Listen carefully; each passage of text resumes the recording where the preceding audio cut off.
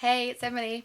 So today I thought I'd film a video on how to survive the leaving cert. I would have really needed this video. I felt like a video like this would have really helped me survive the year because I was so stressed because I needed really high grades to get the points that I needed. So I just have 5 tips for you guys on how to kind of focus for the year and how to get by without any too major kind of breakdowns like I had. Tip number 1 is to be organised. And by this I mean have a routine.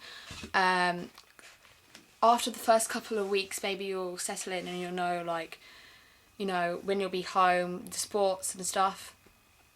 But I always had my week laid out in like a journal, and I'd write down what time I'd be finished homework at, what time I'd study. I knew what stuff had to be done and when it had to be done.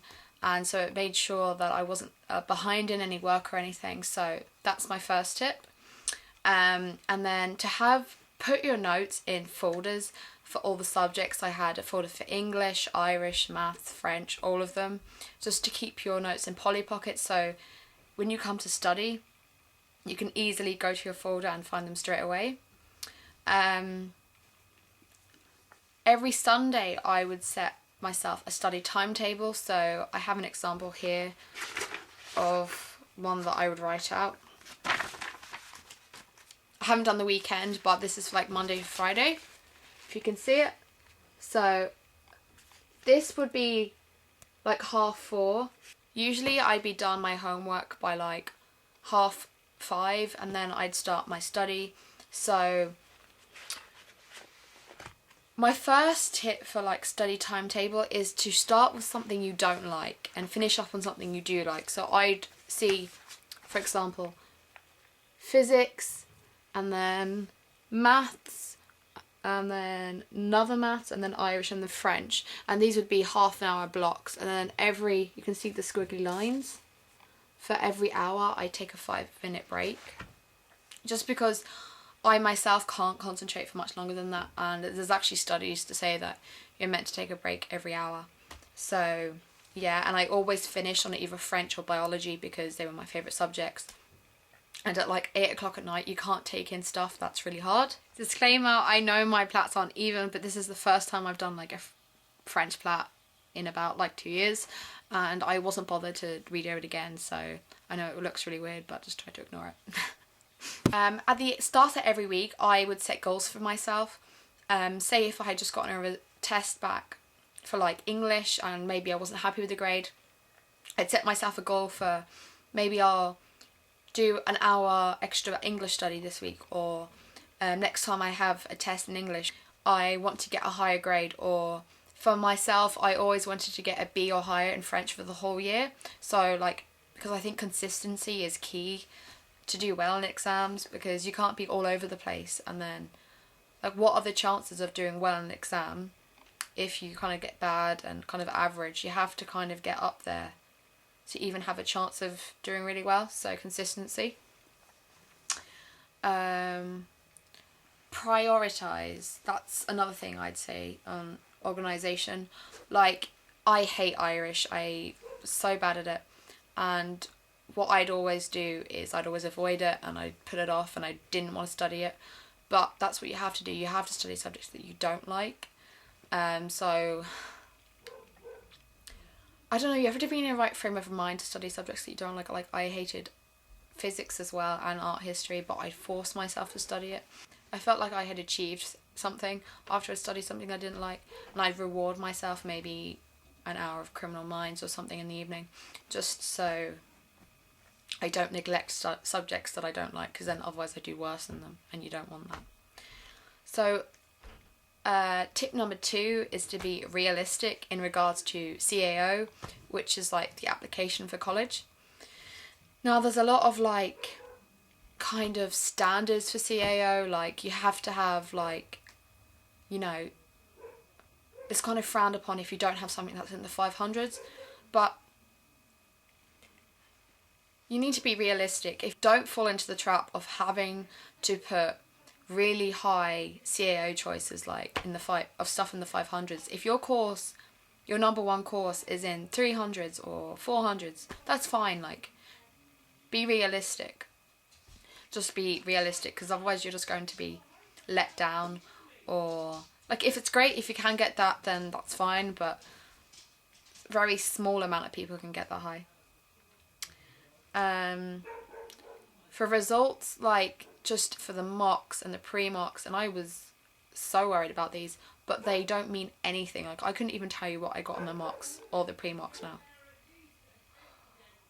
My dog keeps barking, I'm really sorry.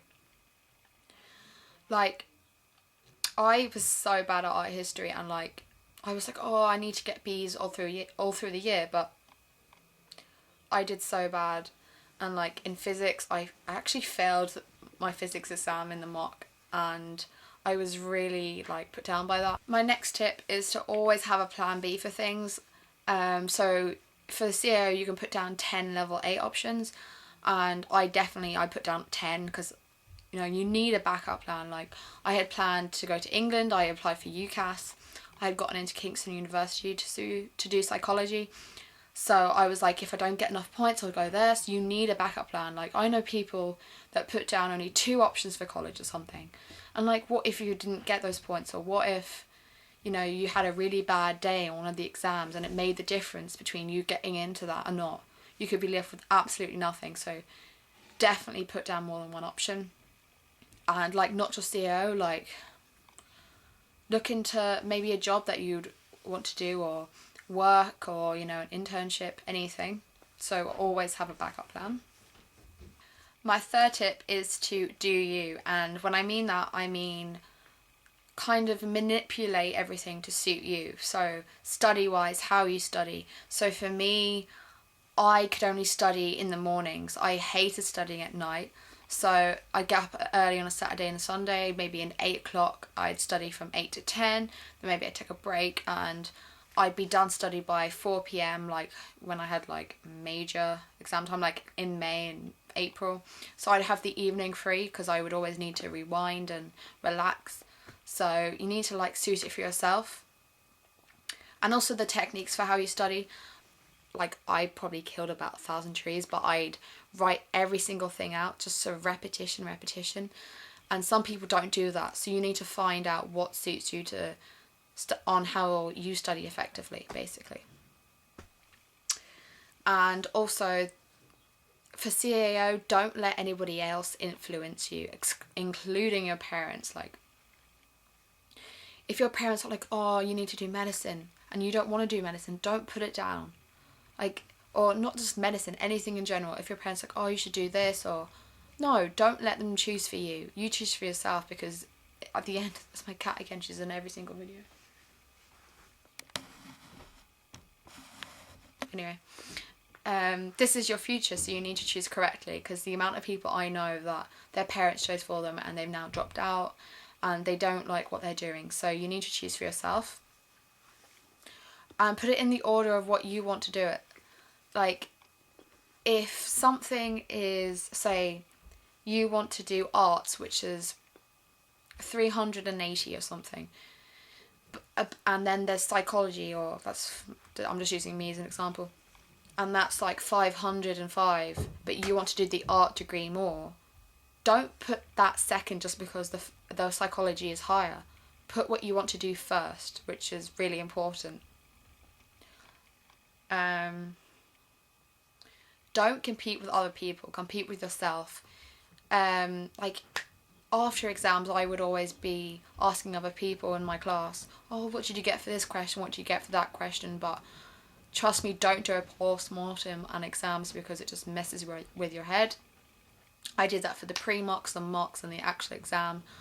And I have really smart friends, and I'd always ask them, oh, like, what did you get? Did you get question 3? And they'd get a totally different answer to me. And then I'd go home and I'd be like, oh my God, that means I got this wrong, and I probably got that wrong. And then, like, I thought I did really bad in the exam then, when actually they could have been wrong. So just kind of don't ask other people things on like exams. My fourth tip is to have balance, and this is a balance between study, social life, going out, sports, relaxation, and even like, if you can, have like a job or something maybe at the weekend. Obviously close to the exams, don't, But like for now, because it's only like October and the exams aren't till June, then yeah, so like I kept up sports. I'd go dancing, I'd go running, I'd walk my dog. Like I just always set times. Like on my timetable I'd write in, say 7 dance till 8 and then study from 8 till 9. Like you need a break. And if you're sick, this is one thing I didn't do.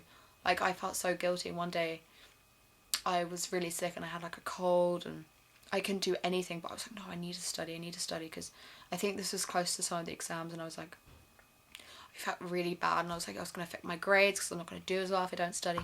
But if you're sick, you're sick. Don't do any study. Like, you know, I don't know, like, you'll make up for it. You don't need to overwork yourself. If you're feeling really tired and you just have no energy and like even thinking about studying, you're like, oh no, I can't do it. Don't do it. Like take a break, because that's essential.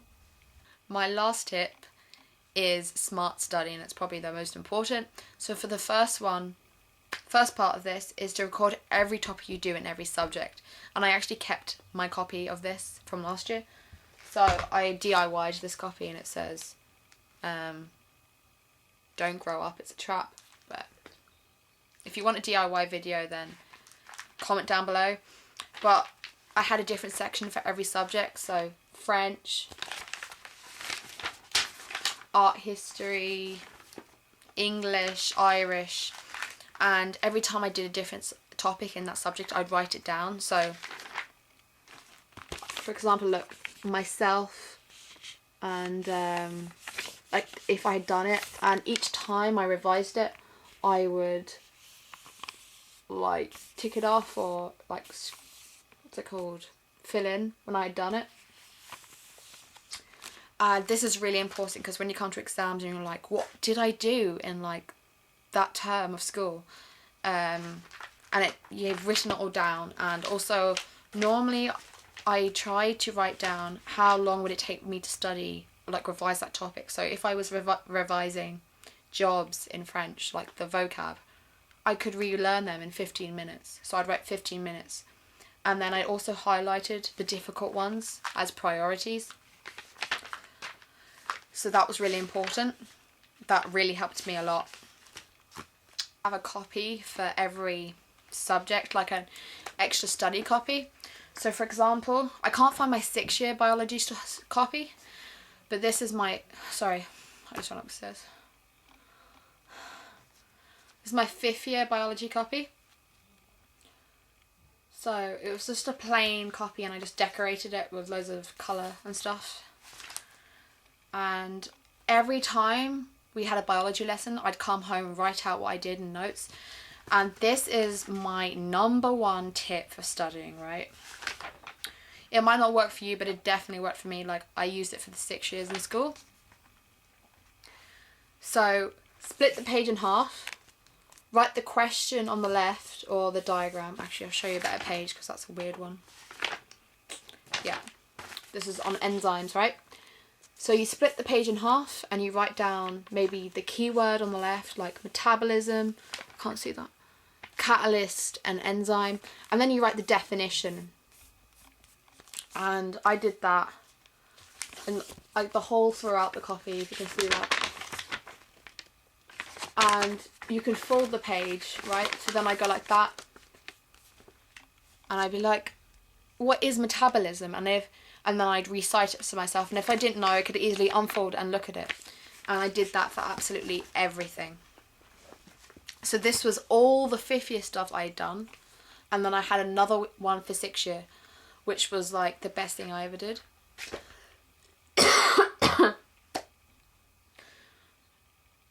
Another tip is to use colour and use stickers and kind of make it like, study isn't fun, but try and make it as fun as you can. So like, see, this is really colourful, and I used highlighters, and especially this, like the human defense system, and like it's that bright, but I always try to make it bright. And also I used to associate things with colour, so like in the exam I could easily remember say if I was trying to remember stuff about the heart, I'd remember what side of the page it was, what colour I'd drawn it in, you know, what I'd labelled it, the writing and everything. So it definitely helps instead of just like black ink all over. Test yourself, which, yeah, test yourself. Like, write down keywords on a piece of paper and then fold it over and try write out the definitions without looking at it. And it's kind of like an old, really old type of studying, but it really works, especially for language. One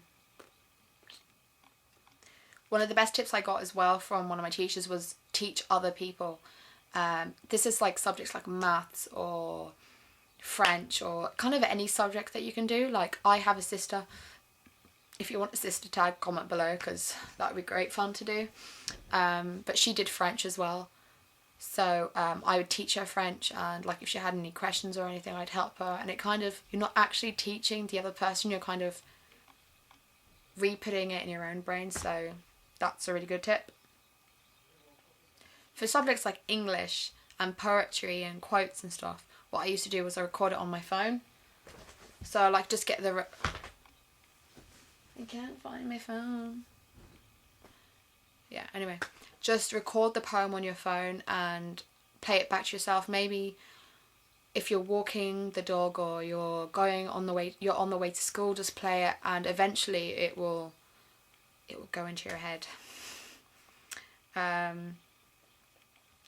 This is another thing I always did was, especially with maths, I did an hour of maths every single night, just because you really need to prioritise. Like, high level maths, high level project maths is hell, but you need to spend a lot of time on it. Like, I did maths every single day, and it paid off, because I got, what did I get? I get a C1. I think I did. Yeah, I got a C1, and then the mock, I got the third highest in my year. So I was really happy with maths. It's a really hard subject, and I like worked my arse off all year. So yeah, definitely put a lot of time into maths. French was my favourite subject, so I'm not going to talk about it for too much. I could talk about it all evening, but if I came across a word I didn't understand or I didn't know the meaning of in class, I'd always turn to the back of the copy. This is my actual French copy that I used. I'd turn to the back of the copy and I'd write down the French word, and then when I went home I'd find out the English. So you can see there the ones that, and I ticked off the ones when I had learnt them. So if I was able to look at them and know what they meant without having to look it up. And every night I'd learn off a set of new words that I didn't know before. So you're constantly revising. And another tip for languages is, say a word like the French word for incredible, which is incroyable. Like, write out the phonetics. So like A-N, C, like cry. Like, write down how would you pronounce it, so when you look back at it, like, you automatically say it that way. It's really helpful. My last tip for biology is for diagrams and learning of different parts. Let me see if I can find it. So this is that a good example? Okay, I'll give you the heart. I've mentioned the heart a lot in this, but